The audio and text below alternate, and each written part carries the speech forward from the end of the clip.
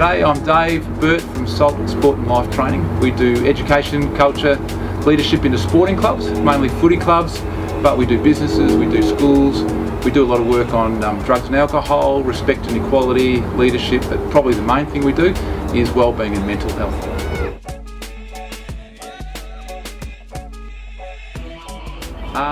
I actually went to 7 suicides in the space of 18 months in 7 different footy clubs. I became the go-to person in that field, and every club I went to, same message. Like if I was speaking to the president or someone at the club, they'd say, never saw it coming. Wow. And so here we are, people love each other in the footy clubs, but they weren't telling each other when they weren't coping with life. And I knew we had to do something proactive in this space.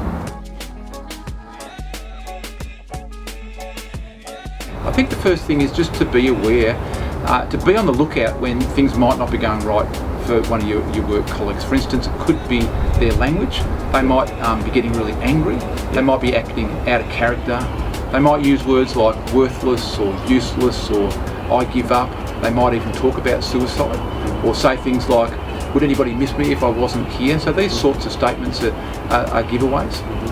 They might be abusing substances, so drinking a lot more, maybe using drugs. They might not be sleeping, or they might be really drowsy and sleeping all the time.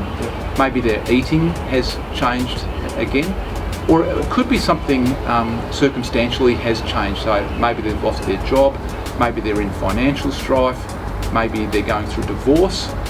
All of these things, often for guys, if they're denied access seeing their kids, that can be something which really shakes their life about. So we need to be on the lookout for these sorts of things.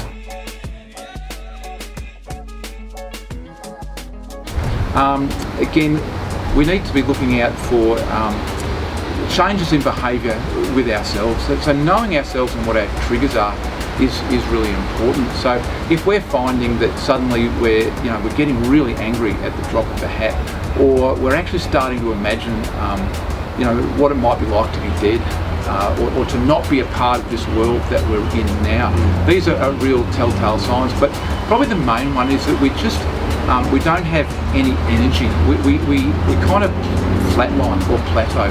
We don't have the highs and lows that we used to have. We just feel a sense of numbness, and bad things can happen, and it's like it just washes over us, or good things happen, or we have no enthusiasm. We get invited out, but we don't want to be a part of any of the things that we used to find interest in.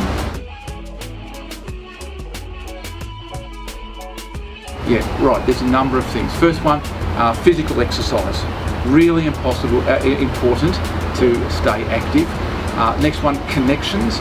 We don't have to have lots of friends, but we need to have some people with whom we can be real and have real conversations with. Keep our brain active, so enjoy learning. It doesn't matter what it is, but it could be footy, it could be the stock market, it could be anything that you're particularly interested in. It could be photography, but keep your brain ticking over. Another thing we can do is a thing called mindfulness.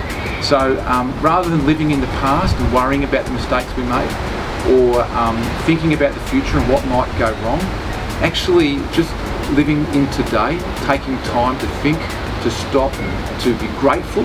Gratitude's a really big one, and just slow down, listen to our breathing, maybe listen to some music, and put aside some of the things that particularly we can't control right now. Look, I think it's different for everybody, but I think routine is really important, and learning to listen to your own body. So some people have very strong demands on their time, but what they can do is that they can make a list and say, right, on Friday afternoon I make a list of what I'm going to pick up on Monday, and I don't look at my emails, I don't answer my work phone calls, and I don't think about work for a given period of time. Again, some people need to sleep more than others, but knowing what your body needs and listening to your body, really important. Substance abuse, again, some people go hard and they have a drink, and I think that maybe that's okay occasionally, but the person who starts joining those activities up or using that as a way to relieve stress, that's going to be a dangerous way to go. Yeah, because when we're under the influence of drugs or alcohol, the good thing is that they work, they mask our pain.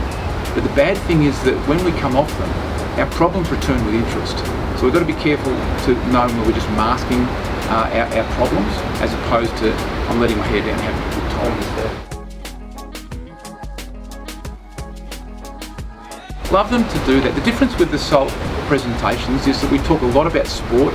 So we give the examples, and everybody kind of likes sport in Australia, and sporting clubs spend a lot of money on getting the very best out of their people. So we can take a lot of the principles of sport and apply them to our lives. The other thing that we do is we talk about people.